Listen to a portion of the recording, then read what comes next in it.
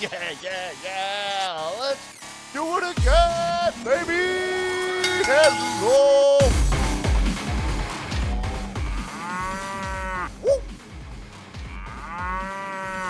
Woo.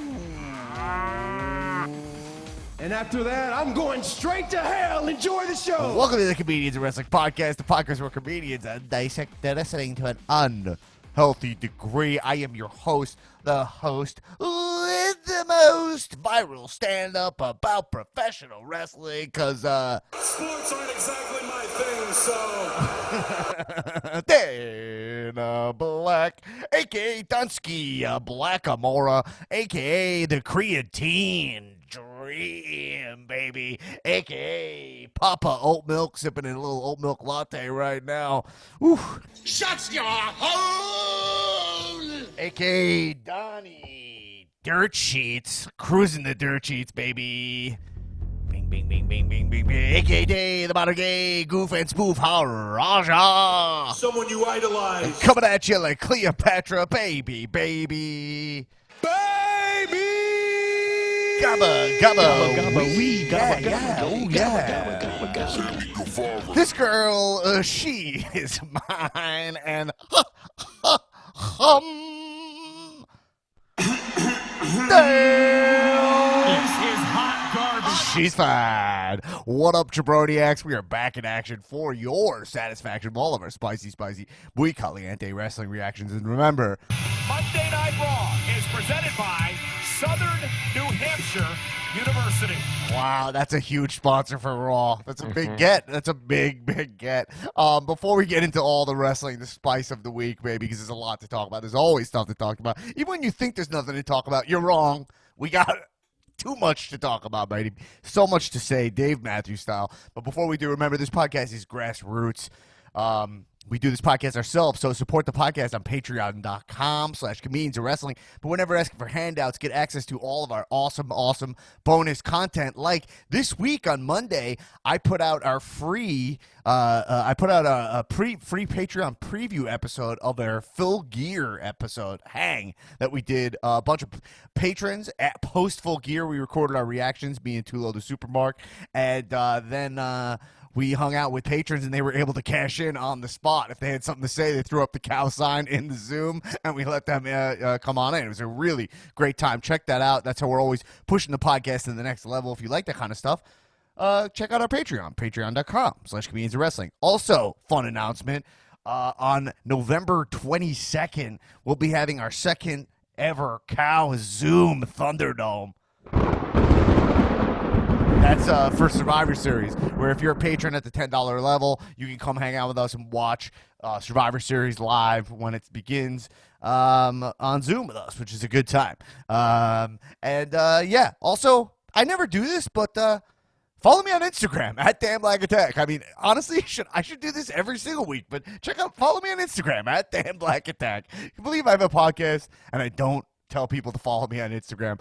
That's probably the number one rule of podcasting. Anyway, look, there's too much to talk about. Before we get into it, you're like, hey, I haven't heard Aaron. I haven't heard Aaron's voice. Where's Aaron? You're like, I haven't really heard that Philly sneer in the background from Nasty Newman. But you are hearing something. And what is it? Sierra Hotel, Echo, Bravo, India, Romeo, Oscar, Shebiro. Jason Shebiro, what up in the house? You do what it do, baby. Yo, welcome back into the Cal Zone. By the way, just for the record. Into the calzone? Into the Cal Zone. The Cal Zone. It's getting hot and cheesy here in the calzone, baby. Welcome to the Cal Zone. Oh, man. Hold on. I got to. Oh, what flavor? Lime, duh. Oh, wow. beautiful. So, Dan, I mean, as not only a Welcome, Chef. lifelong wrestling fan, Yeah. but as your best friend, Uh-huh. and on more than one occasion, the man who saved your life, right? I got to tell The you, best man at my wedding. I was the best man, period. That's right. And also, I served as the best man at your wedding. Yeah, like Rusev. I was the better man at your wedding. And also, some people said I I mic hogged at the ceremony and made more of a meal than necessary out of the blessings that I said, the Shebiro. People said, "Hey, I didn't feel that. I thought you did a great job. I couldn't have been happier. Thank you." But I heard from some people like, "Hey, man, you weren't really supposed to like do a whole thing with that. You just supposed to like do the blessing and pass the mic back to the rabbi." I was like, I don't know. I have a feeling the people are going to want to hear from me here. That's not even the last thing you did. You also started a yes chant at my ceremony, at my reception. I did start a yes chant at your. And by the way, for the people who know me on this podcast, you guys know I hate Daniel Bryan. Hate is a strong word. He's grown on. He's proven to me in recent angles that he's as good, as he deserves to be in the conversation. But at the time he got married, I had never seen anything that I thought was even remotely good out of this guy, including the yes movement. And I vowed to never do a yes chant, but because it was your wedding, my gift to you was I broke my own rule and did a yes chant for you guys. Right. How do you feel about that? I should have known better, dude. Yeah, I should have known better. But I was going to say, as a guy who's been in your life for a long time, I got to tell you, this intro keeps getting longer and longer, and I'm sitting here watching you on Zoom, and out of context, like if I just went to like see someone from high school that maybe we haven't seen, if I went to like see, my buddy Shelby or something, and I was like, hey, he'd be like, hey, how's Dan? If I just showed him like, here, take a look at this 30 seconds, and just played him a clip of you doing the intro to the show, he would be like, yo, is he all right? Like, what's going on over there? What's this guy doing? Like, he seems unwell. It's a crazy whirlwind of sound effects and screaming. I mean, it's beautiful, but at the same time, it's terrifying. Yeah, I know. If Shelby was upset with me, my response to that would be, Who gives a shit? I'm sorry, Shelby. I didn't care about you then. I don't care about you now. Oh, my God. Anyway, Jacob Shelby guys, was it? No, he was a nice guy. I'm just kidding. We're in the cal zone. We're in the spicy, hot center. I got it before we get into the wrestling, because we actually have a lot to get into. I'm pretty excited because we have you here, and there's an expertise that I'm excited to really take advantage of while we have you here. I just want everyone to know, if you're watching the Zoom video, that Shebs is not defying gravity. Shebs has a back issue right now and is laying down with what is the setup here? You set up your computer on. How is it floating in air so you're able to lay on your ground? Anyone who knows anything about anything knows that I am the kink master. Okay, and if there's a will, there's a way. I'm going to work out the kinks. So, the doctors say I need a backiotomy. I threw my back out lifting weights the other day, and so I'm laying on the floor. Did you feel it? Did you feel like the moment where your back went out? Remember that time where you were just going to like load the cartridge in the N64? No. I was dusting behind the television. I was on my hands and knees, feather dusting behind the cable boxes. There was too much dust, and I froze. I was just sitting on the couch, and you were just like bent over, and you're like, I'm stuck. Yep, that was it. I couldn't move. I had to roll over onto my side. I just laid on the floor for like 4 hours and then crawled to my bed. That was it going out. My back is not out right now. It's just severely tweaked, so it hurts a lot. I'm limping when I'm walking. I just need 2 or 3 days of just laying on the boards, So I'm not about to do a podcast sitting in a chair. So I have to lay down on the back. What I have here is, you'll see on either side of me some wood, right? Some Stu's wood, if you will, right? It's not Stu's wood. These are TV trays made out of wood. I opened 2 TV trays, and I have a plank of wood right here. And then I'm resting my laptop. I see the shadow. Here's then I'm resting my laptop. That's the square you see behind my head. So that's the camera's facing me. It's right above my head, suspended between 2 TV trays on a plank of wood. So I got the the laptop microphone. might fall on your face during the pod. Mid-podcast, if there's a tremor here in New York, if we get one of those New York earthquakes, New York tremors, I could get a face full of Microsoft, and that would not be great. Yeah. This is actually the sound when you take the laptop down from that rig. All right, listen. That was worth it. This is hot garbage. Okay, so Shebs, that's hilarious. But okay, listen. But by the way, who else do you know who, if they threw their back out and they told you they would do the pod, would be like, you know what? Don't worry, I'll be there anyway, bro. I'm saying On that's Zoom? commitment. In the Zoom times or in regular times? Either or. Because I would give you Either- credit. You're the guy who I felt like, yo, I really need you on the pod. Even when your back fucked up, you get on the plane and fly out here and get it done. You know what I'm I saying? would get it done. So I'd say that, but I think a lot of people would come out for me on Zoom. I really think don't know. that's such a small level of commitment. I don't think so. A lot of people can give me that. I don't think they would. You're absolutely right. It's a much smaller level of commitment, but even that, I feel pretty good about myself for making it happen. Can I answer one of your previous questions when you said, what would someone think of it? Someone we went to high school with, they like how Dan's doing. You'd be surprised because you think people response would be like, wow, Dan seems like he went nuts since high school. But I think people see me and they're like, I fucking wish I was free as a bird like that. You know what I mean? Dan, The response they get are more people being like, yo, it's cool what you're doing. You know what I mean? For sure. You're way off base here. And I'm like, I think it's way cooler what you're doing, which is just living a regular life. Look, in no way would I think that people outside of the biz would look at you like you're crazy. I'm specifically talking about watching your podcast intro is a little bit jarring. It's it's a whirlwind of mania, basically. It's just non sequiturs and inside jokes and screams and sound effects. That's what I'm saying. However, as a guy who's also marginally successful in the entertainment industry, Right. people who are not in the biz, they look at us and they go, That was "Yo, generous to both of us.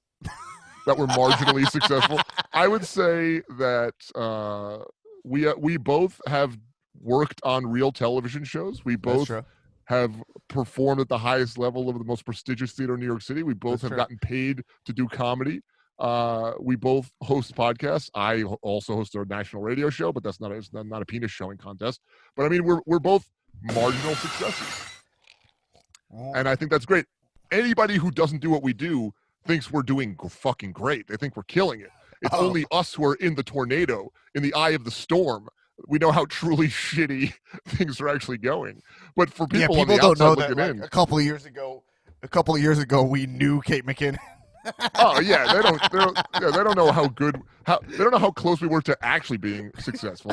But it doesn't matter because it's a journey, baby. And sometimes you're riding high, and other times you're laying prone on the floor in immense pain underneath the TV tray in your childhood bedroom. The computer doesn't in your childhood bedroom, hoping that a New York earthquake doesn't knock a laptop into your face, so you could talk about wrestling, which 20 minutes into the episode you still haven't done. So there's ups and downs. There's ups and downs. That was perfect. You perfectly summed it up. All right, so Fashion.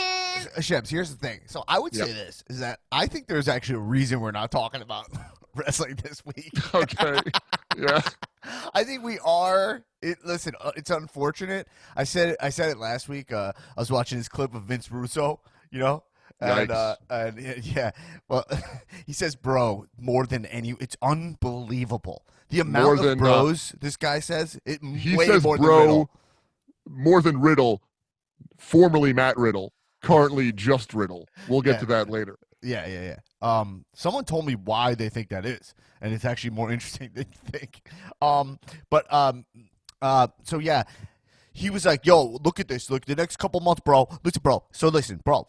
And he's like, "Bro, there's gonna be Survivor Series. No one's gonna care. Like the next couple months, no one's gonna care. You know." And you're like, "You're right. Like Survivor, it's very hard to care about Survivor Series." Yeah, but I say that every year. We say it every year. The low times. Survivor Series is the last most important of the 4 big pay-per-views. It just doesn't matter. It is true. It's like they have an interesting thing where they could include NXT. And then Survivor Series is kind of interesting because then you see the NXT guys in there. But they are not doing that this year. I read it's because Vince is not happy with the creative of NXT, and him and Triple H are not getting along. But who knows? That was just, Donnie Dirt Sheets work. You know what I mean? Found that when I was cruising the sheets. But I don't know if that's actually true. But I don't know. NXT... I mean, all right, let's just take a step back. How do you feel about NXT not being involved in Survivor Series? I feel fine about it. I don't give a fuck. I mean, what the fuck do I care about NXT? Here's the thing. Yeah. Here's the thing. We know, you and me had this conversation off pod, I think, not that long ago, is that NXT is awesome for what NXT is, okay? NXT, however, has gotten a little bit too big for its britches. Now, what I mean by that is NXT is the developmental territory for WWE. Yeah. It was awesome when it was just on the network. There was no pressure to make it a televised, advertised dollar earning product. And it was just like, yo, we're going to train our guys, hone our guys, come up with shit, make it happen. Sick matches, guys would show their stuff, they'd work out character, and when they were ready, they'd go up to Raw or SmackDown. And it was kind of a shame because it's supposed to be, by design, perennially be getting drained of its talent. People are like, oh, they keep draining all the good talent from NXT. That's what they're supposed to do. But NXT is not supposed to be this fucking all-star show. It's supposed to be where the developmental guys go. Right. And because we happen to have a string of such awesome developmental guys, like, 2015, where we saw, like, Kevin Owens and Sami Zayn and all these awesome, the Sasha Bailey stuff in NXT, all that stuff was incredible. Then they decided, hey, we could sell this shit. This shit is good enough to go. Right. So now it's like a third brand. It's on USA Networks. It doesn't need to be. It shouldn't be, because now we're ruining what it is. Now people like Terrible Tullo are saying, like, oh, this is the premier brand. It's like, it's not a brand. It's supposed to suck. We're supposed to take the best parts of it and ruin them in the big leagues. That's what we're supposed to do with NXT. I love that Finn Balor went back there, by the way. I think that's actually cool. They're doing cool stuff with it. But you should not be shunned for not watching NXT. NXT is like watching, Power Plant on WCW or something, or like Sunday Night Heat. It should be like the lowest rung on the professional ladder for WWE. I think it's so tricky. NXT is it's weird because they're in such a purgatory. And look, I say that my biggest complaint about WWE product is the lack of structure to it. And this is more of a knock on that, where it's like they literally call Adam Pearce WWE official, and they're like, all right, I guess he's like makes the rules around here. So you're like, okay, if you think about a year ago, NXT invaded. Remember, they invaded Raw and SmackDown. Triple H was allowed to book matches on Raw and SmackDown. There's no bosses of Raw and SmackDown. Now Survivor Series, again, you've established this brand. It's still happening. It's still going, but they're just not on Survivor Series. It's like anything goes with this guy. Like, it feels like a WWE, like they don't have that. Whereas, like, look at, I think one of the like the pinnacles of structure, I believe, to be New Japan, where it's literally, it feels like they have these tournaments every year. It feels look, those people love structure. They love order. The trains run on time over there. It's a very organized culture in Japan. I know. I love Japan. They crave rules and structure. And I'm not saying it even has to be that, but it's just like WWE in a way just feels like kind of a mess, Like literally. But look, but at this point, the briefcase off of like. I love that. I love when someone loses the briefcase. Yeah, it's amazing. I love that. I love that that's allowed. Well, I like it when it's put on the line, like via a match. It was fine. This one was just a little goofy, just because Otis, they just chose to keep him so goofy that you couldn't take him serious at all. And then they literally did a Law and Order segment regarding the briefcase. Hey, by the way, we take the briefcase really seriously. Hey, by the way, I didn't mind that Law and Order segment one bit. I enjoyed it. I love JBL in there. I thought it was a great judge. I love fucking getting the APA back together. They threw a damn in at the end from Farouk. Loved it. I got a couple things to say. It's Ron Simmons. Thing one I got to say is, for years, not years, but ever since I saw Heavy Machinery and Street Profits, I've been saying, look, Otis is a star. Montez Ford is a star. Right. Tucker is garbage. Rosario Dawson is a nobody. And I was like, we got to get Otis and Montez together to be the heavy profits. And we need to get Tucker and Rosario Dawson, throw them in the garbage. They're the street machinery. They're dump trucks. Get rid of them. Now, as soon as Tucker turns on Otis, where's Tucker? He just won his first singles gold, the 24/7 championship this week. Yeah. He was in an octuple threat for the 24/7, where he, as well as everyone else in that match, held the belt for 3 seconds. This guy is about to get fired, and it's not even his fault. I feel so bad for Tucky. All he had to do was stick with Heavy Machinery, or at least with the street machinery, and become a dump truck. I like that. That's what I mean. It's crazy because it's like you think about we're going back to the original conversation. You think of NXT, and you're like, oh, the Viking Raiders. Remember they come out and be like, oh my gong, God. and it was like war, and people were going nuts. And they came in, they called it the Viking Experience. Then whatever the Viking Raiders, whatever the fuck they're called now, who cares? But literally, like, one of the Viking Raiders is just in the ring, like like a fucking. It's basically the equivalent, the 24/7 titles when they throw like cash in the ring and you all have to like grab it. You know what I mean? Like it's like so embarrassing. He's there dressed like a Viking. He's dressed like a Viking in the middle of the ring. Like you're like, yo, NXT. It's like, oh man, it's I don't know. It's so weird. I don't know what to say about it. Look, it's a children's birthday party. The 24/7 title. The WWE product feels so easily fixable to me. Well, maybe I'll fix it. I got There's a big so meeting. much. I got a big meeting next week. Yeah, you want to tell the people about your big meeting? Every once in a while, I pretend I'm going to work for WWE and I throw my resume over there just to see them chomp at the bit. Yeah. And they're like, "Yeah, we'd love for you to write here. Let's do an interview process." And I go, "Yeah, okay, pal." So I'm going to do that. I'll do the interview. I'll see how it goes. Oh man. Anyway, yeah, that'll be good. They're going to talk to you for a couple minutes and then be like, but here's the they're so here's the other thing. You're going to go in there. It's going to be all right. I think a couple things, then we get to business. One, I think you could cool it with the soundboard a little. I think you're doing a great job with it. I think you got to ratchet it down to like a 4. I think you're on an 8 right now. We don't need this many sound effects. Okay. Two, you mentioned Adam Pearce. I send it you to deletion. Adam Pearce, I think, has been the only structure in this whole quarantine. No knock on AP. Adam Pearce, finally, at first he was just showing up with the referees to break up fights, and then every week you'd see more of him, and I'm like, who the fuck is this guy? He's like the GM, but no one's even saying what his name is. Then finally I found out his name, and now everyone knows it's Adam Pearce. Dan, I don't think the comedians of wrestling universe know Adam Pearce, and I think we teased it, but I don't know if we did it. If you get one more Patreon, I just want one Patreon, I will unleash to the people what the streets have been saying about Adam Pearce. A lot of whispers on the streets about Adam Pearce. I've got all the information. I got your hookup here. One more Patreon, and then you're gonna do the bonus 15-minute Adam Pearce episode. It's the episode that nobody gives a shit about, nobody asked for, nobody wants, but it's only 15 minutes, and it will be yours for the low price of one more Patreon. Who gives a shit? Shebs. All right, so I got 2 things I want to jump into with you about this week.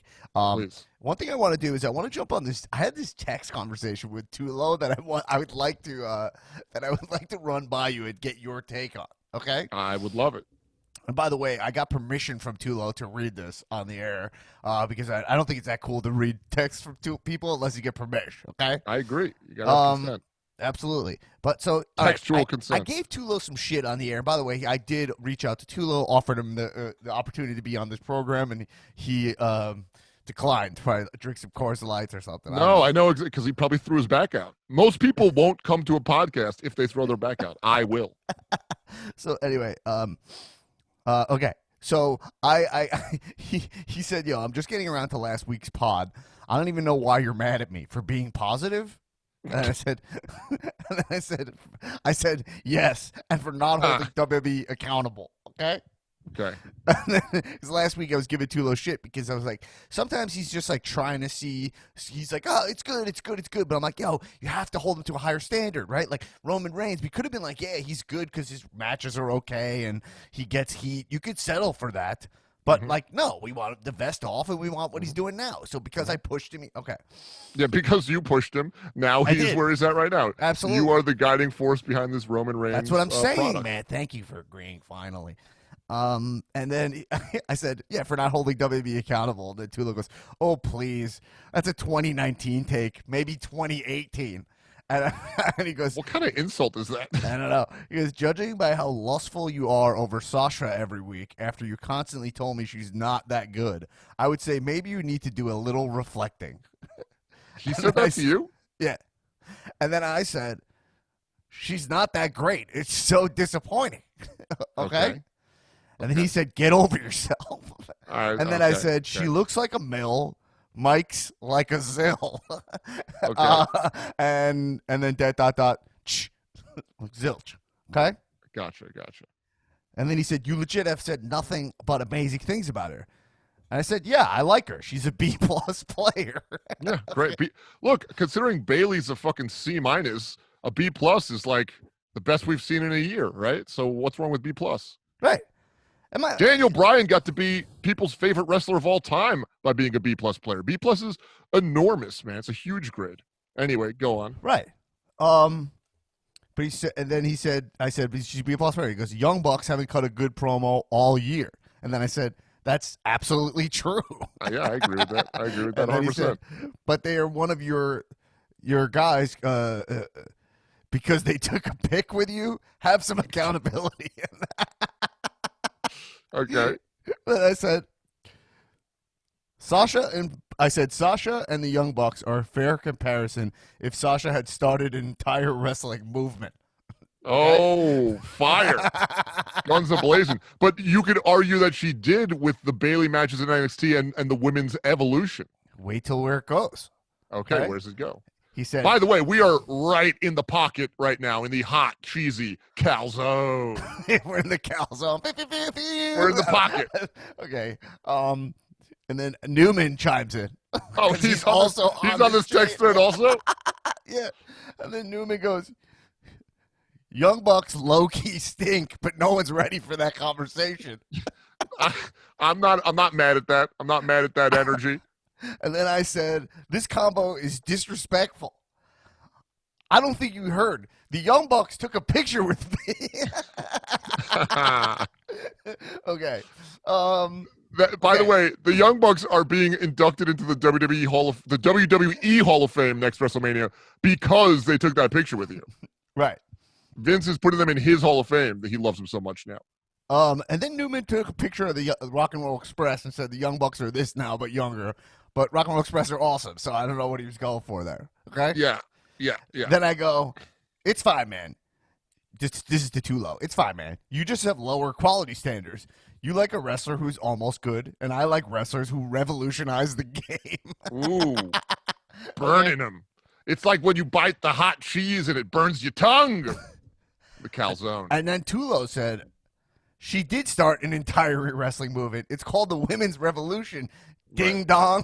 What are you even saying? Okay, yeah. And then Newman, referring to the Young Bucks, chimes in out of nowhere. Newman out of nowhere goes, revolutionize the game by peaking on the indie scene?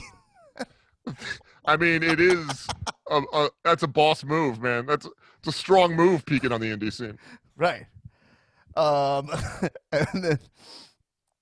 then Tullo said, I'm very serious. You are being a ding dong. Well, it's a great insult. I love his commitment to calling you a ding dong. Yeah. And then I said, honestly, Sasha's contribution to women's wrestling, I'm underestimating. I actually took that point. Sure. I agree. Yeah, I think it's true. Do you see that? You ever see an argument with someone? I go, actually, you changed my mind. I'm kind of actually disregarding. Yeah, dude, I totally understand that. Every time I have an argument with people, they say that to me. They're always telling me how I changed their mind. Oh, okay. Oh, man. Oh, you didn't know? now. I said, Tullo, don't say something you're going to regret, man. Do you want to take back calling me a ding dong? Which time? Dropped it like 3 times. No. Oof. And I said, wow.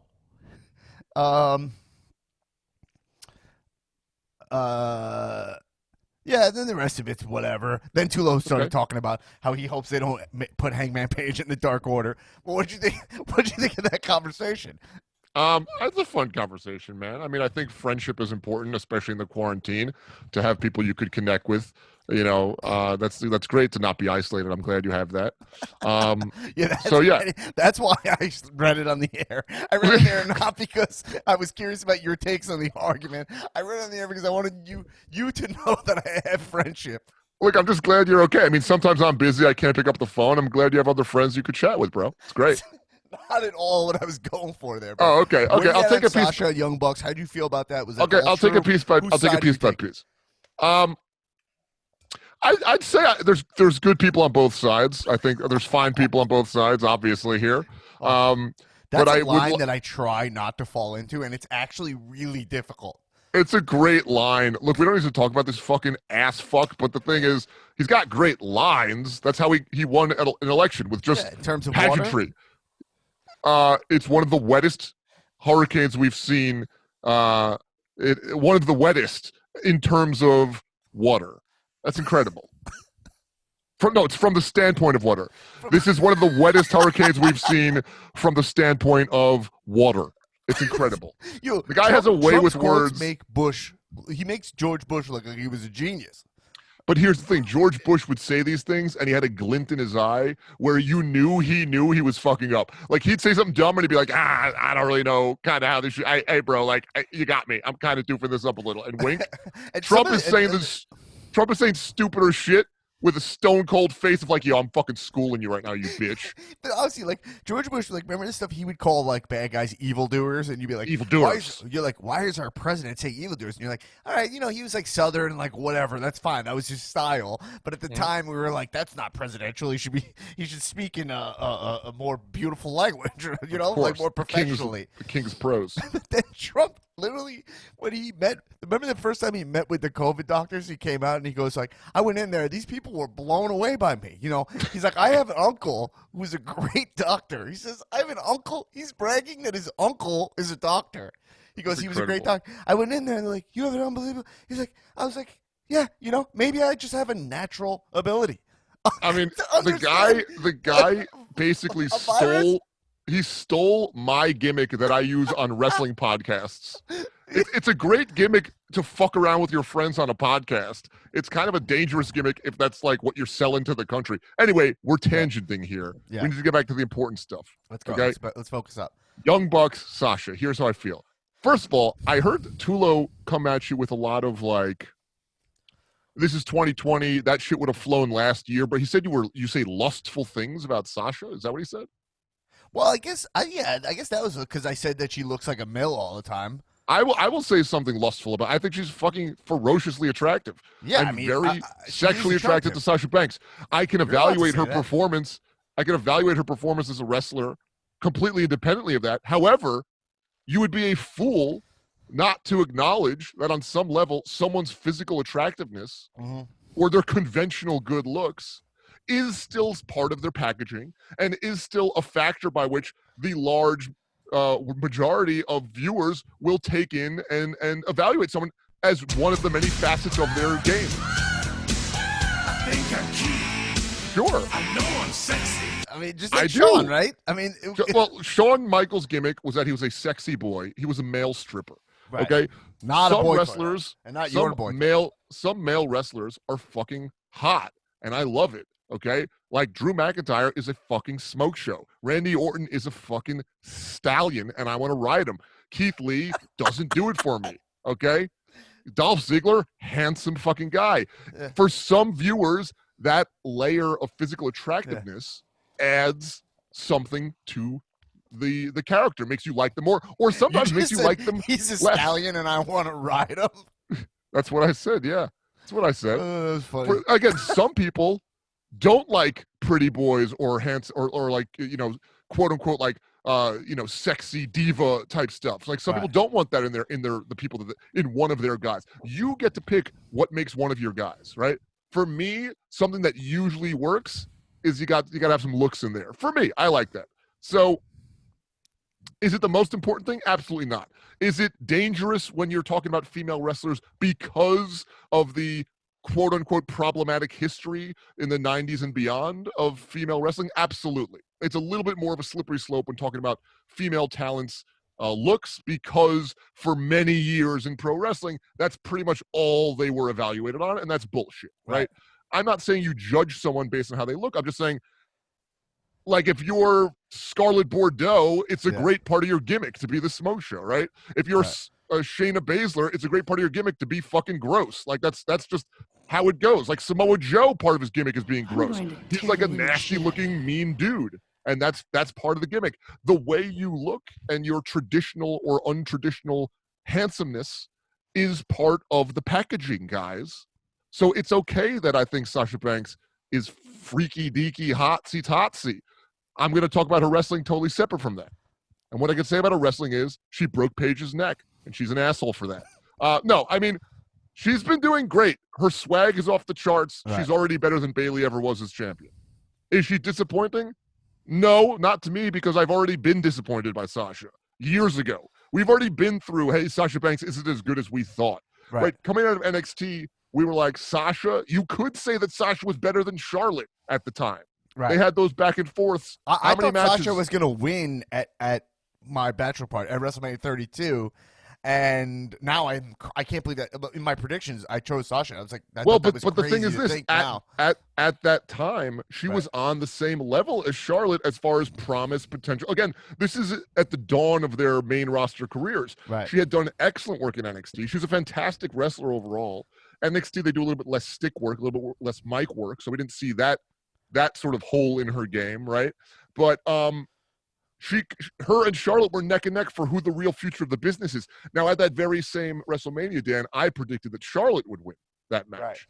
Right. And the reason is that you got to think like Vince, and if you have this historic match, you got to go with the blue chip. This is Charlotte motherfucking Flair here, okay? Yeah. Even if it doesn't work out, who's going to fault you for putting the belt on a Flair, you know? No. And by the way, Charlotte's mic skills were pretty fucking terrible. Now I think they're pretty good, you know? Yeah. Sasha just didn't grow into that role as much. So you were saying that she's a disappointment? I also think she hasn't really tried. Like that's my other thing is that I don't think she's really pushed on. I see a lot of her.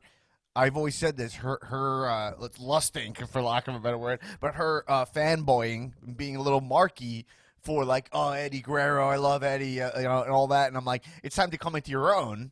And then I felt like I've never seen her develop this legit boss gimmick, you know? Well, and I wanted to say one a moment, but just speaking of when we were at NXT in San Jose and we saw Charlotte versus Sasha, WrestleMania 31 at the NXT show that wasn't even televised. It was before takeovers even existed. Remember, we sat front row. I bought the tickets that day. Remember? Incredible. Yeah. And so Sasha walked by me because I was on front row. And then she walked by me, and I was like, Sasha. And then she goes, don't touch me. And she backed up. And I didn't even get close to touching her, you know? Mm-hmm. And you're like, oh, I was like, it was such an awesome moment, like a small fan moment of her, like, thinking that everybody wants to touch her and stuff. And I was like, oh, like, I had such promise for that character. You know, like the legit boss, and I was like, that's what that is. And then after that, it was all like, I'm wearing Eddie Guerrero's pants. Like, you know, like, and all that. It was just all marky shit. I think, though, that she has shown flashes of developing the boss character. Like, she, just in the way she carries herself, like, I think that she exudes that kind of like, I don't give a fuck, that like, kick you in the balls, like, get the fuck out of my face, ho. Vibe. Like, I get that from her. I think she's pulling it off. I think she's doing a better job with it now than she did before. But I agree, she definitely underutilized the gimmick and the swag and the persona that she had built for herself. She had underutilized it. Anyway, I think she's doing great work now, and her matches are good. She can go totally. Like I said, I think that in the few weeks we've had from Sasha being the one with the strap instead of Bayley, she's already destroyed and lapped and surpassed anything good that Bayley had done or interesting or like, oh, she did a good job with XYZ. Sasha's already doing a better job. Right. That's how I feel. Yeah. I think Sasha, she's incredible? I think it's just that I had really, really, really, really high hopes for Sasha, and then she came up short of that. But the hopes were really high, so that, so she's really good. She's really good. I think she's really good. I think I agree with you 100% in that she never seemed to fully find the stride of, she had a gimmick, she had clarity of gimmick, she just didn't really like play the gimmick. Like, she had this thing, she had this package, and she kind of was like, well, I want to do some other stuff too. And she didn't really like embody that all the time. Sometimes she did. And now I think she's given that an earnest attempt, and I think it's coming out pretty good. Now, I can easily say she's way fucking better than Bayley, and I'll even say she's way fucking better than Asuka to me. I think Asuka's kind of another misfire. I don't really get her. But I don't think I'll give Bayley credit for Ding Dong. I think it's pretty funny. Bro, I've been saying Ding Dong for fucking 15 years. Okay, she's stolen. I've never heard you say Ding Dong. So yeah, because I don't call you a Ding Dong. You're my fucking dude. Why'd I call you a Ding Dong? Oh, but you've never called someone a Ding Dong around me? I try not to sully your ears with my okay, with my let's rage. Get to the Young Bucks point. So on hold Sasha on, Banks, I'm not done. All I'm saying is that okay. already Sasha, to me, has surpassed Bayley, has surpassed Asuka. She's not yet on the level of the all-time greats of this movement, being Charlotte, being Becky, and even being Ronda. And the woman I am most excited for, actually, in all of this is Nia Jax. I think she has so much to do and so much to grow. I think she has a lot of potential. I really expect big things from Nia Jax. Are you serious? Yeah, I'm serious. I like her. I think she can do it. That's surprising. I never thought you liked Nia Jax. I don't like what she's up to right now. I think Shayna Baszler is garbage, but I see potential in Nia Jax, just like I saw potential in a young Punishment Martinez, who can all agree, as Damian Priest, he's not there yet, but he's turning a lot of heads. A lot of guys watch him and go, yo, there's something there, man. There's something there. Did you see the shirt that Petroniak, Phil Pesapani made for me? It's Lance Archer. It's Damian Priest. A picture. Oh, of yeah, Priest, you but showed it me that. Says Lance Archer. Yeah, you showed me that. Because I always call him Lance Archer. It's great. That's really funny. I'm just saying, I have a great eye for talent. Lance Archer does not have it. Damian Priest does have it, but he needs to go back to Punishment Martinez. Nia Jax has it. Okay. Well, Nia Jax, I just think I mean, we know she's not like most girls, that we know. Right. But I do think, okay, anyway, I don't want to veer off Nia Jax because I actually want to stay on this text. So, Did I say anything wrong about Sasha? Where are you at on Tullo's allegations against my Sasha Banks ranking? That I was too lustful to be Well, he was saying that you have been shitting on her to him, but all you do is praise her and lust after her, is what he's saying. But I think we'd all agree you have not really shown much lust for Sasha Banks. I can openly admit that I do lust for Sasha Banks. I would love to have sex with her. I think she's gorgeous. Separately, as a wrestler, as a talent, I could say, as a performer, she is doing. That caught me so off guard. I was drinking water. I was drinking LaCroix. I'm sorry, I gave you a legit. I do lust after. I thought you were going to be delicate with it, and no, then you said I would love to have sex with her. No, I would love. I mean, she's a real fantasy for me. But as a performer, independently of that, I think her gimmick has a lot of clarity. I think she's finally stepping into it and embodying it in a constant way. And I think as a champion, she's already more believable and entertaining and just, professional than Bayley. I think she's doing better work than her. So I don't really understand Tullo's comments for you and Sasha. But this is how I feel about Sasha. I think you're in the right here. Now, as far as the Bucks, I really do not want to have sex with the Young Bucks. And at some point,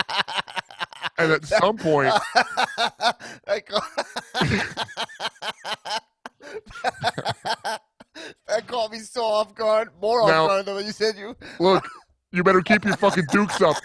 Listen, when Shebiro's on the show, you got to keep your dukes up, buddy, because I'll catch you off guard. Okay? The Young Bucks.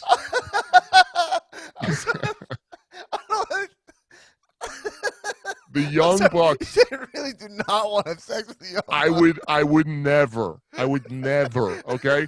They are, I gotta be honest here, they're not good-looking guys. They look like shit. I think Matt Jackson is pretty cute. I think he's got a good face. But the hair is cool so long, but he doesn't look good. Nick Jackson's got a hairline that I would curse my family for if I got that hairline. Although it kind of looks like I have it now because I'm laying on the floor. Yeah. Nick Jackson, whatever, not as handsome as Matt. Both of them scrawny and doughy at the same time. Really bad bodies on both of these guys. It's really shocking how shitty their physiques are. And I don't think the outfit choices do them much of a favor. But they're very fun. The super kick party is fun. Yeah. That rockers aesthetic is fun. Streamers and whatnot. Are they the greatest tag team of all time? No, they're not. Are they the best tag team wrestlers in the world today? I could say yes. I mean, they're not one of my guys, as I've clearly stated. Who would be a better tag team than them? Ever? No. I mean, today, right now. I think if they did my dream team of like heavy Lucha profits, Bros? Heavy profits, Otis and Montez Ford. No. Better tag team. I mean, look, if the Hardy Boys reunited, I think that'd be a better tag team. Edge and Christian, better tag team. No, you're talking about. I'm talking about in the game today. I mean, here's the tough thing about tag team wrestling. In WWE, it's a fucking joke, right? It doesn't matter at all, which is a shame. And in AEW, I don't know. I mean, I love FTR. Because I'd say Revival are number 2, probably. I love FTR. I also love FTW. Taz's stable. I think they're great. Love Absolute Ricky Sinclair. Whatever the fuck his name is, Ricky Starks. Starks, which, by the way, I think it's because he looks like John Starks, or no? It's because he looks like John Starks. And by looks like, we mean what has a similar like skin tone. I think it's a hairline thing, right? He's got the same haircut and skin tone as John Starks. I think Absolute is a great name, Ricky though. Sinclair. I spaced it, bro. I spaced it for a second. Come on, it's a hard name to remember. Shebs laying on the ground, looking up at his laptop. He's on fire. The blood is rushing to my head. I can't remember fucking marginally important. I can't remember like D-list wrestlers' names right now. Okay, I'm sorry. Sinclair is such a funny. I knew it was an S. By the way, I got Starks. I got today. it. Yeah. You know why you're dying today? Because you have an actually funny fucking person on the goddamn show. Here I am in all my goddamn glory. Echo, Bravo, India, Romeo, Oscar, Shebiro. You're a winner. Yeah. All right. Extended mix. It's where by the way, I want everyone to know, I edited that clip and sent it to Dan. It's so it plays my call letters and then says I'm a winner. And I love that. Yeah. Young Bucks, look, great match against FTR at Full Gear. Yeah. They're awesome wrestlers. Their mic work leaves a little bit to be desired. Yeah. I don't appreciate their look. I don't appreciate the lack of care they put into their bodies. Because the thing is, they're undersized, right? Which is a knock for me. I don't necessarily love an undersized person. By the way, I think Lucha Brothers are undersized, and I think they're awesome. I mean, the matches the Lucha Brothers had with Young Bucks are great also. Look, it's hard to say what I don't like about the Young Bucks that I haven't said. I just think that they're missing something. They don't feel like so perfect because they're not amazing on the mic.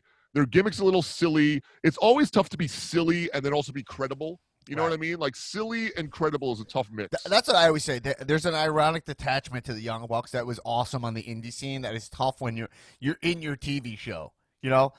It's the thing I would crack down on most if I was working at AEW. I was like, everyone needs to come out like you take this shit dead serious. You know what I mean? Like, it doesn't mean you can't do stuff that's funny, but don't come out like Kenny in the Street Fighter t-shirt.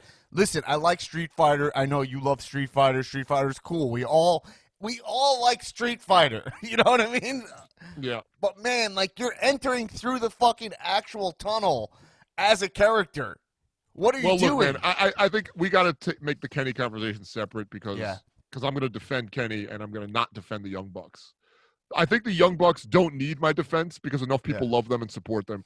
The Young Bucks are great. Make no mistake. I think they're phenomenal, and I'm happy to call them the best tag team wrestling today. Yeah. They're great. They're awesome.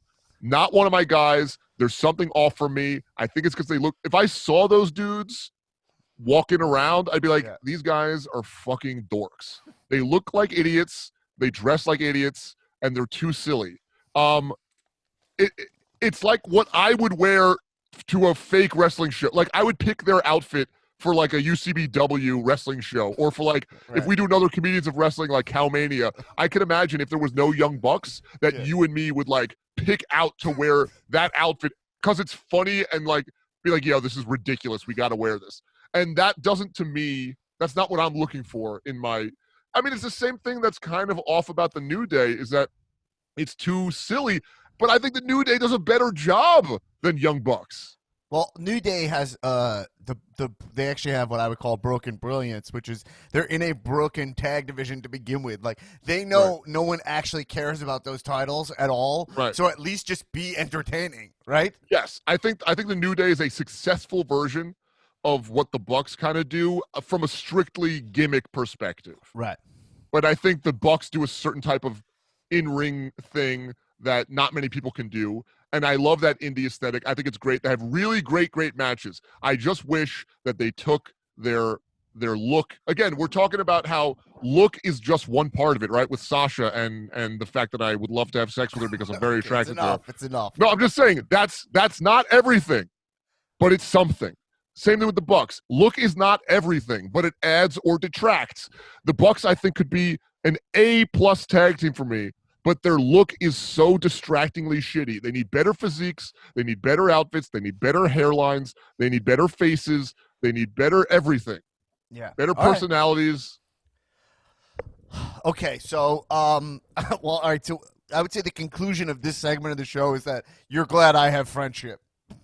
Yeah, I mean, the intro is the same as the conclusion. I'm so glad that when I'm not there to hold your hand, you've got some other buddies that you could text. All right, That's I cool. want to move on to Raw and SmackDown this week. First thing I want to start with is, I mean, I thought Raw was like a snooze this week. Yeah. I thought Yeah. Raw was rough to get through. I thought. Ask me how many times I fell asleep trying to watch Raw. How many times? 3 times. 3 times. Yeah. I watched it today, and I fell asleep again today during the day. Daylight nap.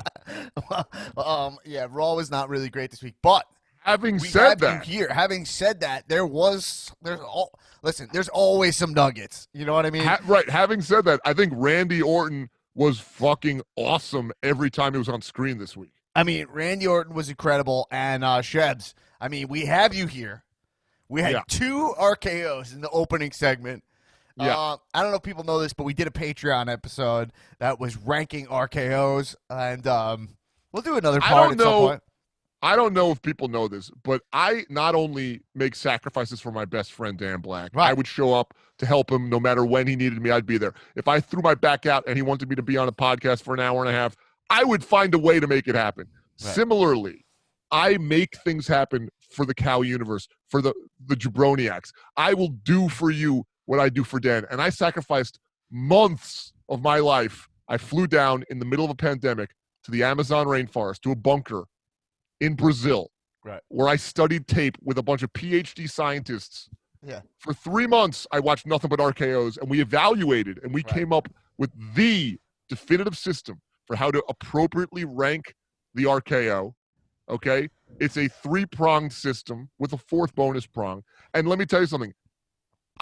PhD level intellects were amassed in this bunker, sweating our genitalia off, our dongs and our cooters, deep sweat, because we were trapped in a bunker underneath the Amazon rainforest. For months, we watched the tape. And we devised, and they decided to name it this, not me. I'm just sort of like the organizer, but they gave me the honor. It is known as the Jason Shebiro Memorial RKO Patented RKO System. Okay? Now, the 2 RKOs is because we're rating RKOs, but also the rating scale is an R, a K, and an O. We have the respectability. That's for R. R stands for respectability. R is for respectability. How textbook of a move was it? How clean was the move? Did he execute it with perfection? You could say rexecute it with perfection. The R could also stand for rexecution. You know, colloquially, that's not the official name, but it might help you remember. Execution. It irks you because this is something you actually dedicate a lot of time to in the Amazon and right. I mean, you don't know what it's like. I mean, talk to me when you're I wasn't there sweating. My talk cooter wasn't sweating. You talk to me when you have to get an Amazonian spatula to peel your ball sack off your leg because of how much sweat has been dripping off that thing. Right. Okay. Right. You know what they make spatulas with out of Amazon? You know what the Amazonian spatula is made out of? What? Amazonians. Wow. They cut up the tribal people. They use their bones as spatulas, Dan. Wow. What's the K stand for? Knockout power. KO. How hard of a move was it? K. How much force was generated? Was it particularly devastating? And of course, the O, out of nowhereness. R-K. Now, each of these 3 fields, respectability, knockout power, out of nowhereness, is an out of 3 scale. You can award up to 3 points for each category, right? So a 3 points for how perfect of a textbook execution there was, 3 points for how maximum power there was, and 3 points for how surprising and out of nowhere it was. That comes out to 9. Now, the 10th point is that intangible, that X factor, that little extra something. There's no word for it. The French would call it a je ne sais quoi. The Amazonians would call it some shit in Portuguese, and I don't even speak Portuguese. Right. Bro. All right, but it's that extra oomph, that's something you can't quite put your finger on or stick your finger in, and that's what makes it that extra 10th gear. And then we evaluated on the Patreon only 1 RKO in the history of RKO was the rare 11-pointer, and that's because it's only a scale out of 10, that 10th point being that little extra something, and an 11th notch if it was done at WrestleMania, if it was a WrestleMania moment. That, my friends, is the entire breakdown of the Jason Shebiro Memorial RKO patented RKO ranking system. Okay. And it's memorial just because of Andre the Giant Memorial? No, it's Battle memorial because Royale? I almost died down there, Dan. I You could get a have memorial died. for almost? You get it Yeah. almost? All right. Almost that deep only of a counts in sacrifice. hand grenades and horseshoes and Amazonian wrestling ranking, baby. All right, Shebs. So we saw 2 RKOs this week. And by the way, do we want to tell people what the 11 RKO is, or should they listen to the Patreon episode to hear it? Look, I'm not gonna. You gotta listen to the Patreon, bro. Yeah, yeah, I'm not go gonna back a give it away couple for weeks, free. you can hear Hey, it. why buy the cow, right? But you can have the milk for free. All right. Oh, that was disgusting. Okay, so look, here's the deal. Shebs, we had 2 RKOs. First RKO, and we both rewatched them back, so we're ready to rank them. The first RKO was on Kofi Kingston. It was mid-promo. He came out, was on the mic. Randy Orton was kind of looking down, and then the RKO happened. So, Shebs, what do we start from the R? How would you rank this in terms of execution or respectability? I got to be honest. I only rewatched the second RKO on McIntyre. I didn't rewatch this Kofi one, and as you know, I was dozing. Can you play it on the show? Can you play the clip? I can, but then they'll take down the YouTube vid. All right, so don't do it. Why don't you rank it, and I'll just back you up 100%. Okay, well, I do remember. Okay. I remember one thing about it. So tell me your rankings. Here's the deal. I actually have a question for you about this one. Yeah. Okay, in terms of respectability, I always think that and execution, I think of that as execution, right? Right. Does camera work matter? So I'm glad you asked that. This is the only thing I remember about that RKO because I Yeah. didn't rewatch it. I just watched it the one time. The out of nowhereness is where that camera work is going to come to play because due to camera fuckery, camera tricks, that shit was a perfect out of nowhere. It's a definite 3 for out of nowhere. No right. question. Now, so camera work does not factor into the respectability. Respectability, Dan, is only the form of the move. If you had to teach it in a textbook and say you do this, you do this, you do this, and I'm going to make you a drawing. I'm going to tell you, I think the form's a 3 on this. It was a perfect form? I think actually, I'll be honest, I think both of these are perfect form. These are really good RKOs. I mean, the second one I saw, we'll get to, I thought the form was very good. But yeah, I don't remember the form of this one. No, the Randy camera work doesn't come to play. Back, and Kofi, they land perfect. Like Kofi's taken a million RKOs over the years. But Kofi's one of those guys. Kofi's one of those guys like Ziggler, who like he knows how to fucking wrestle, man. So I'm saying, I think it's close to a move. It's close. It's I would give it a 2 in terms of execution. No. Let's give it at least a 2.5. You were hot to make it a 3. No, well, the thing is that the camera cuts away, so you can't actually see the neck clinch, but it does the actual hit on the mat. I'll give it a 2.5. Okay. So here's what we're saying. What we're saying is he holds the neck the whole time. Until we get somebody's iPhone, Instagram story, other angle on this. In the Thunderdome? Do people bring their iPhones to the Thunderdome? Yes. Until we get that angle, we don't know. We cannot, in good faith, rank this a 3 on respectability. It looked as good as it can look. However, the camera did not capture exactly what we need to see to know beyond shadow of a doubt that this was a perfectly executed RKO. So we're going to give it a 2.5 because it looked great from what we saw, but we can't dole out a perfect score. I'm rewatching it now. I'm rewatching it right now. Hold on. Yeah. Kofi is cutting the promo. Yeah, you know what? It's a 2.5. It's okay. It's okay. He doesn't hold the neck all the way to the ground. He jumps up. It's good. It's good. So we'll give it a 2.5. 2.5. Give it a 2.5. Dan, can you do me a big old favor and just jot this down because I've been keeping that document of all the RKOs. Yeah. Even the minor ones from random Raws. I just want to have it for reference. Yeah. So we have a 2.5 on respectability. Yeah. For the knockout power, this is just a 2.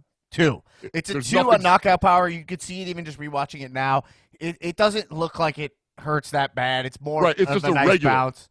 Now again, a 2 means regular. 2 is like, hey, it wasn't a weak one. It wasn't a particularly powerful one. This is a middle of the road. Good it didn't old look particularly devastating. Right. So that's a 2. It felt more like choreography than Impact. You know? Gotcha. And then for O is 3. out of nowhere, this was a 3 because of that camera work. That camera work, I remember being like, whoa, and like, but like, I bet if I was in the room, this wouldn't have been that whoa, but because of the camera work. No, it's not just the camera work. Kofi's just starting his promo. It's very early in his promo. Right. And it feels like he actually has something to say. Randy Orton is standing there with his head down. If you look at it, he's holding the title the whole time, so he does a drop of the title, so that adds a little bit of onus because you're like, he's holding something. You know, you don't just jump when you're holding stuff. No, I mean, his hands are full. His hands are full, but then he's looking at the floor and he just jumps out of nowhere. So I actually think this is a really solid 3, not just camera work. Camera work is the cherry on top. Love it. So we got a 2.5, 2, and a 3. That comes out to a 7.5. And does this have that X factor extra point? Absolutely not. There's nothing special about this. No, it's a random Raw, not a great Raw. It's in the Thunderdome. There's nothing. You know, is what it is. Right. Yeah. So this so is that's the first that's one. A good ranking now. Yeah. I mean, look, guys, I can't stress enough how perfect my system is. And it's not even my system. This is a group effort. Multiple PhDs were tapped. We had physiologists. We had neuroscientists. We had them all. They were all down there sweating their cooters off in the jungles. Okay. So this next RKO, which you saw. Yeah. And rewatched. The execution on this one. For you, Shebs. Where do you want to go? I loved it. I think that might be a 3. I think it might be a 3. Because it might be a 3. I felt like The Miz, and this was actually a 3-person RKO. Yeah, so this was awesome. Just to paint the picture here, this was an awesome scene, which is where Miz and Morrison are holding Drew McIntyre. You know, like classic mafia. Hey, hold them. They're holding the guy so the boss can slap them around. Yeah. They're holding them. And then they throw him forward into Randy to give him an RKO, which is so funny because that's so not how a hold would go. Like, you don't hold someone's arms back. You do it so they can't be free to defend themselves. Yeah. You don't do it to, like, launch them into an RKO. So that was very funny. You got to suspend your disbelief. That's part of wrestling. You got to suspend your disbelief, which is great. But the holding it looked great. It looked awesome. It looked like Randy was the fucking boss, which he should be because he's the champion and he deserves it. I think your execution's a 3. It's really good. Yeah, it was. It's perfectly timed. It's really impressive. But think of it like this, Dan. When you're batting homers, if someone pitches you the ball, it's a little tough. If they put it on a fucking tee, if they tee it up for you, you just crack at that thing, baby. So Miz and Morrison it might be not a 3 because it's no. I'm saying it is a 3. The execution is perfect. But it'd be crazy if the execution wasn't perfect because it was right there for him, baby. They gave him a nice underhand lob. Right. All he had to do was swing away, and he's a master. So I'd say the execution or the respectability, this is a perfect 3. This is as respectable as an RKO can get. Right. Okay. And I'll give you one more, Dan. For knockout power, I'm going to say that this was I'm going to give it at least a 2.5, maybe even a 3 on knockout power because of the suspension of disbelief by them throwing McIntyre, launching him towards Randy to hit the RKO. In kayfabe, does that add to the devastation? Absolutely. In kayfabe, it adds to the devastation. Now, in real life, absolutely not. No, absolutely not. No. Throwing someone forward is not the same as dropping them down 3 feet. And yet, somehow, in wrestling, that's what it felt like to me as a viewer. I said, this must hurt more because they threw him. So maybe you want to make it a 2.5, or I would love to do 3, but I could go 2.5. I could go, well, like, knockout, like, I would. Here's why I want to make this a 3. I would like to make this a 3, because I want to make this a 3. I like setting the precedent that, like, someone throwing you and taking your guard down makes the impact stronger. Exactly. I want to make it a 3 because it's like they're roughing him up and loosening him up and and then they just chuck him into it. Like there's something powerful to it. Yeah, I think that's a 3. It's like almost like a mob beatdown. It's a 3. Exactly. Okay. Exactly. But out of nowhereness is a 0, I think. It's a hot 0, maybe a 0.5. I mean, we know he's going to do an RKO to this guy. But the thing is, I was maybe a 0.5, and I could field an argument for making it a 0. Maybe a 0.5 because, like, he's holding the title. Well, but I also didn't think from, like, a hand. They're holding his arms. I'm like, what's he going to, like, RKO him and they all 4 of them go down? Like, how's this RKO going to work here? I didn't know they were going to, like, launch him into it, per se. That kind of surprised me. But it didn't I wasn't surprised an RKO happened. So I could do a 0.5 or just a 0. Well, I'm also, fine with he either. gave an RKO like a minute earlier. So let's make that so you want to make it a 1? We didn't think we'd see another one because he just gave one? No, I don't know. They I come think in it's packs. a negative. It's like he already showed you he's in I'm going to say let's mode. make it a 0.5. I give it 0.5. Here's why my point comes from. He picks up the title, if you notice that, and he holds it up. So it does make you believe the more effective impact would be to hit him with the title. Right. That's the thing. I thought that's what I will actually, I maybe want to make this a 1 because in It's that not moment, a 1. We can't. It's not a 1. But I thought for sure, again, he had the title, dropped it to RKO Kofi, picked the title back up again. So I thought for sure he's going to hit McIntyre with the title because he already did an RKO. But you're right. It's Randy Orton. He's going to give an RKO, so it's a 0.5. Now, does this get any X factor? I would say no. Yes! Yes, it does. because of the hold? I love the mob beatdown, the boss slapping you around vibe. This had I could see that. I could field an argument for it getting a 0.5 X factor, but I don't want to even break out X factor points. It's a binary scale. Was there something cool about this out of the ordinary, or was it not really that interesting to you? I agree. This was a little interesting to me. It was a little interesting. You are it right. Gave me a little. Did it give you a little bit of a tingle? You know where? Did you see this and go, yo, that actually, like, I like the way that made me feel a little bit. Yeah. That was pretty cool. Yeah, I think so. So that means that we got again the RKO. Dan, the Jason Shebiro Memorial RKO patented RKO ranking system. It was very genital based. Okay, because we were in the Amazon jungle. Our dongs are sweating. Our cooters are sweating. I got an Amazonian spatula ripping my balls off my leg. So when you get that ball tingle, that's part of it. That's maybe that's why the Amazon jungle was picked, because of the effect on genitalia. You know, well, I guess we'll never really know, but so that's I know. 2 scores in. The scores are both in, and they're both very different score, and yet but both the same total. Both 7.5. Isn't that amazing? 2 completely different RKOs from 2 completely different walks of life, 2 different races, colors, and creeds of RKOs, and yet we're all the same deep down. We're all 7.5s. Very entertaining RKOs. Yeah. Wow. I loved both of these, by the way. I loved both of these RKOs. It was great. Randy was great. It's great to see him come out, just have a little RKO party. I dig it. And I it's love cool it. that Miz has the case also, but he's helping Randy out. Well, I want to talk about Randy, and I've got 12 minutes before I got to bounce because now that Alex Trebek is dead, I watch every Jeopardy live. When it hard Who's out hosting for me. it? Meredith Vieira? No, he's Yes. still. They have pre-taped episodes till Christmas. Yeah. And I am not only the biggest Jeopardy fan, but also the greatest Jeopardy player you've ever met in person. And I can tell you this.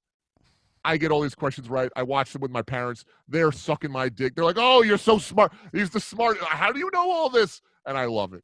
And I wouldn't trade anything for the world. I love it. Look, I'll come and do your podcast, but when Trebek is on, it's a matter of life and death. All right. He died. So what did you want to say about Randy? I want to talk. I want to to devote the entire rest of this episode to Randy Keith Orton because he is in such an incredible zone right now. I love where he's at. They're making him a mean and threatening and dangerous and like bad dude. And that's when Randy Orton excels. Okay. He is like getting in people's faces and being like, you motherfucker, you fucking listen to me. Like that's perfect Randy Orton. It's believable Randy Orton. And I didn't know that they were going to necessarily have him beat McIntyre for the title when he did. I thought he deserved it. I mean, as you know, we've called this the hot Randy summer. There's been the summer of Orton, the summer of getting jacked for Dan. This is the summer of Slither, okay? We now all strike in style. He launched a clothing line. I think all you guys can agree, Randy Orton has been doing some of the best work of the company this summer. All summer long, he was doing consistently great work with Edge, with McIntyre. He has been delivering, and I felt like he's been doing the caliber work that deserved to put a belt on him for. I was like, he's doing great fucking work. He could be champ. But there's that Randy Orton conundrum where he was already a 13-time champ. The only people with the belt more than him were Triple H with 14 and Flair and Cena with 16. There was the Randy Orton conundrum of how many more times can you give this guy a title run before he eclipses Ric Flair and Cena? So I was a little bit surprised when he beat McIntyre. I thought he deserved it. I just didn't think they were going to pull the trigger because of the Randy Orton conundrum. And then they pulled it. And now he's the champion, and it feels so right. Randy Orton, that's the ROC? The what? The Randy Orton conundrum. Yeah, the Randy Orton conundrum, the Republic of China, ROC. It feels so right as him as champion. And how good is this booking right now with him as champion being fucking vicious and devastating? The way that mob beatdown of McIntyre where Miz and Morrison are holding him down. They're like, come here, you fuck. And then they throw him to when he RKOs him. Like how that feels so fucking good for Randy Orton to be the champ and be doing that stuff. It just works for me. And the booking is great because you've got such an interesting thing. How boring is it when it's like, oh, it's this guy feuding with this guy and that's it? We've got Randy Orton. McIntyre is pursuing him every episode. He wants the rematch. That's a credible threat. We've got Bray Wyatt and a very sexy, scary Alexa Bliss chasing after Randy Orton. A very credible threat. They have history with Randy Orton at one point even being in the Wyatt family. Randy Orton burning down Sister Abigail's house. Tons of backstory. So we got McIntyre. We've got Bray Wyatt, The Fiend, Alexa Bliss. We've got Miz and Morrison just took the case away from completely non-credible threat Otis and now put it on Miz, who is, for my money, still to this day, the best working mic'sman in that company. No question. Okay, he's incredible. No question. Miz and Morrison are fucking awesome every week. I love seeing what they do. That's a good time. Now that's a credible threat. And then we have the very interesting, not boring, not textbook, not expected thing of Miz saying, yo, yeah, look, I have the case, but look, I'm going to work with you right now. Well, let's work together. And him not turning on him.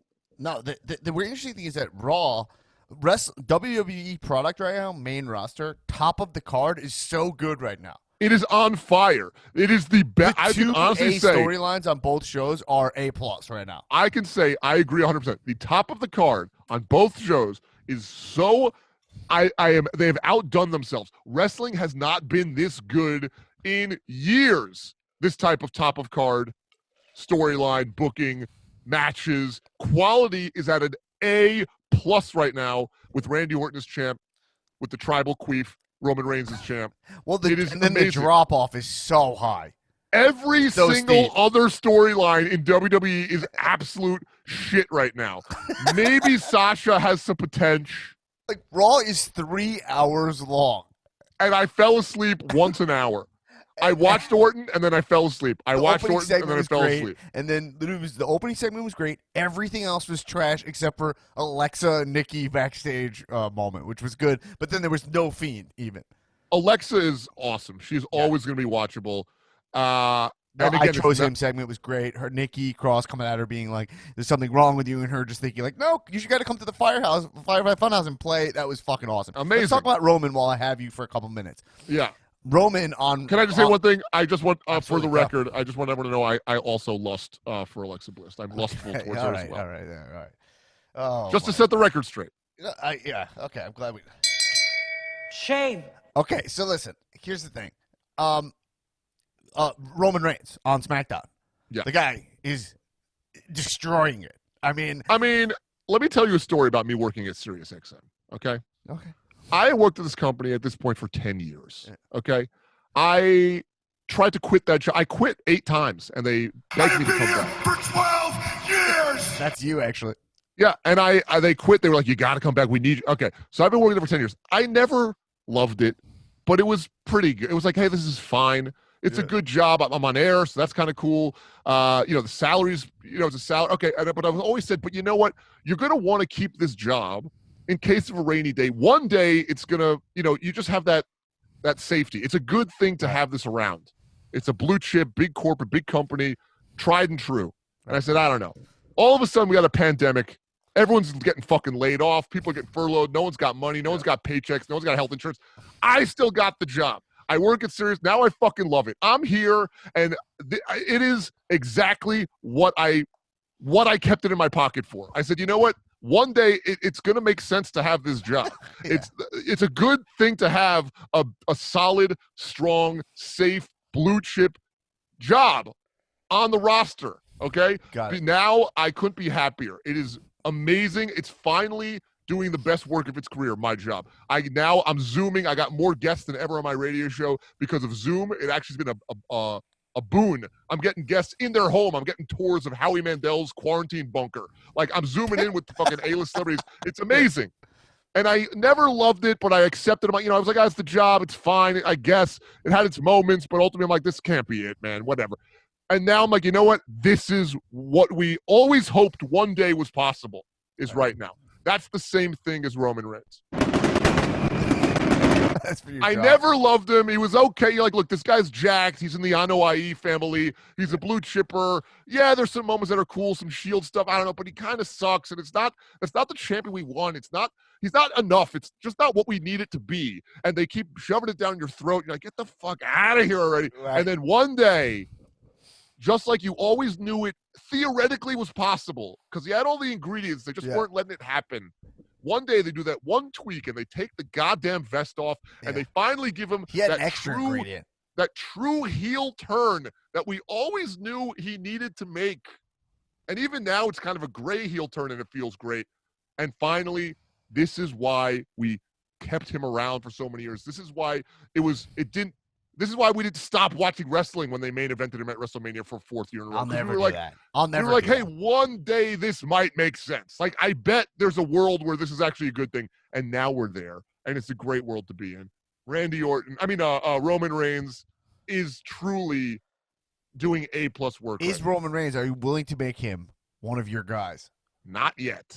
Wow. Not yet. Just like me, I held back on it. I was like, not yet, because I can forgive, but I can never forget.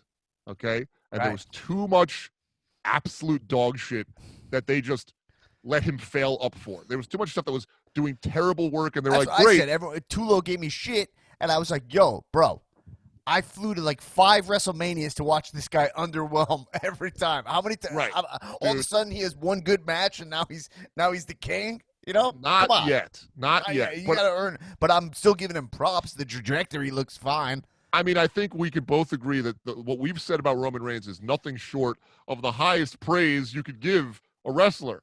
All we're saying is I'd like to see this sustain for, 2 or 3 pay-per-view cycles. I want to make sure. Again, it's the same thing, Dan, that you were saying about Becky, that even I was maybe saying about Becky when she first went into the man gimmick, and it was awesome, and she was catching like wildfire, and she was consistently the thing that people were talking about the most every week from wrestling. The biggest story of the week was Becky Lynch. And it still felt like, well, but I want to make sure this isn't just a flash in the pan. I want to make sure she could keep this heat going for 6 months, for a year, because she burned you so many times. You were so underwhelmed so many times. Right.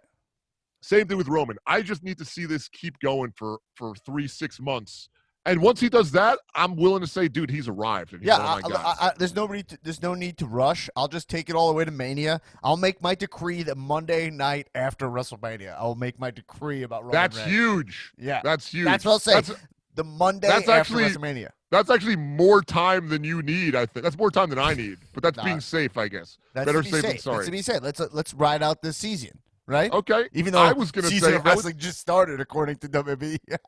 The season premiere. Yeah, but just a couple small things about this Roman thing. I love it. It's like he has to authorize promos for Jay. They're like, did Roman authorize your promo to Kayla? You're like, no. Then they're like, well, Paul. There's actually a chain of command. Paul is number 2 to Roman, and then Jay is the right-hand man. Yeah. I love it. And by the way, let me tell you something. This guy not only made himself way better, he made the Usos interesting for the first time they had a brief moment where they were interesting when they first went to the Uso Penitentiary and they cut like a good promo 2 weeks in a row and everyone lost their fucking mind except for me. Aside from those 2 weeks, they've been really not exciting to see ever. And he truly has raised the entire family's value, the entire family's profile. Well, Jey Uso is like a legitimate singles wrestler now, almost. Insane. Like he could win the IC title. Like he's definitely an IC guy instantly. Absolutely. Right? Roman Reigns awesome. Is who he says he is. He's anyway, I want to make sure we talk about one last thing. Well, I got to go, so you've got 30 seconds. Hit me. DVR at the beginning is Jeopardy. That's not how it goes. Trebek is dead. Alex Trebek is a better man than you will ever be. All right, and I will not. What did you think of Carmella's new gear? Carmella's fine. Who gives a shit? It's fine. I mean, whatever. I thought she looked awesome. The gear looked good. The gear looked good, but I'm not going to pretend that I give a fuck about Carmella or that she seems like a. I like Carmella. Seem like a I'm credible. interested to see where she goes. She doesn't seem like a credible heel. They're trying to make her like a. I need more from her before. I mean, it was shocking that she came out. She's good. I like Carmella. I'm she's giving her good. the benefit She's of the good. doubt. But she's not a top of the card player for me. But because of how thin the female division is, she's obviously held the title before. So she is a top of the card player. They're all top of the card players, except for Nikki Cross and that girl who used to be in the Riot Squad, who's a Viking somehow. Everyone but those two are top of the card players in the female division. Okay, last small thing, and then we're going to go. Yeah. Kevin Owens looks way better in a red T-shirt. It's very small, but I was like, he looks way better in a red shirt. Classic fat guy trick. Just switch up your outfit so people are distracted by the new thing. It's like if you're fat, grow a beard. They won't notice you're fat. Then when they know you have a beard, shave the beard. Now they don't notice that you're fat because you used to have a beard. You got to keep them guessing so they stop thinking about your fat body. All right, that's Shebs, not cool. you can sign off. We'll talk to you I later. want to say that was a little shamey, and I'm What'd you sorry, say? Kevin Owens. You are not fat. You're beautiful, and you could kick my ass. Seems like you're a little stupid, but you're actually really stupid. So sometimes appearances aren't what they are. I deserve that. You got away from me All there again. All right, my Shebs, back you can is sign out. Thanks for stopping by. Thanks for really giving us the science breakdown of the RKO. Maybe we'll do more of them if the people demand it. They got a taste. We had 2 7.5 RKOs today. Everybody, thank you. We'll be back here Friday morning. We'll have an episode, me and Tullo, AEW NXT. I'll give Tullo a chance to respond to the allegations here on the podcast on the AEW NXT episode. Yep. It'll come out. I'm pretty fucking pumped to watch Dynamite tonight, to be honest. Oh, it's gonna be amazing. It's gonna be awesome. Dan, can you just tell everyone to follow both me and you on Instagram right now? You have more podcast listeners than Instagram followers. It's a shame. You deserve more Instagram followers. We do in have today's more podcast culture, listeners than my. I just don't tell people to follow in my Instagram. this day and Please, age, at though, Dan Black Attack. But it's one of the things they can do to help the podcast the most is the higher profile you have. Unfortunately, followers dictate some of that. It's how outsiders view us sometimes as our followers. So if you love the podcast, following Dan on Instagram is a great and easy way to support the podcast. You could follow him at Dan Black Attack, and then following me on Instagram may not support the podcast, but it will make Dan very happy because he loves me. No, but you should give Shebs a follow because Shebs killed it on the pod today. I gotta say, he actually gave me a 5-minute laugh break there. He didn't want to have sex with the Young Bucks, and I did not expect it all. That was really. You funny. expected me to want to have sex with the Young Bucks. So follow me at Shebiro. That's SHEBIRO. You can check out my podcast, Throwback Explains It All. You can check out my radio show, The Raw Report, on SiriusXM Channel 99, Thursdays at 4. And you can check out my best friend, Dan Black, at Dan Black Attack on Instagram. And check out our Patreon. Get the bonus episodes. Patreon.com/Comedians Wrestling. Come hang out with us November 22nd. Shebs, can we count on you in the Thunderdome for Survivor Series? I'll be there. All right, we'll see you in the Thunderdome. Join us at the $10 level. So $5 level, you get access to our weekly bonus episode about AEW NXT. $10 level, you get to our monthly hangouts on Zoom, which were a blast, especially in this pandemic era, to watch wrestling with the group. So everybody, spread the word. Tell a friend about the podcast. Post about the podcast. And everybody, keep watching wrestling. Kisses. Kisses.